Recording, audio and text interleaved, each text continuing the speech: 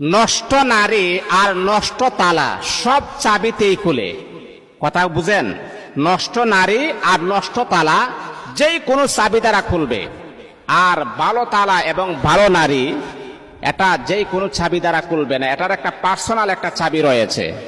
এই জন্য যারা নষ্ট নারী, যারা মনে করেন খোলামেলা বাজার হাটে চলাফেরা করে, যেই কোনো পুরুষ তাদের সাথে যৌন চাহিদা মেটাইতে পারে, কিন্তু একজন সৎ চরিত্র নারীর দিকে আপনি তাকান, তার সাথে আপনি চাহিদা মেটাবেন দূরের কথা, তার চেহারা দেখার মতো পরিবেশ আপনার হবে না।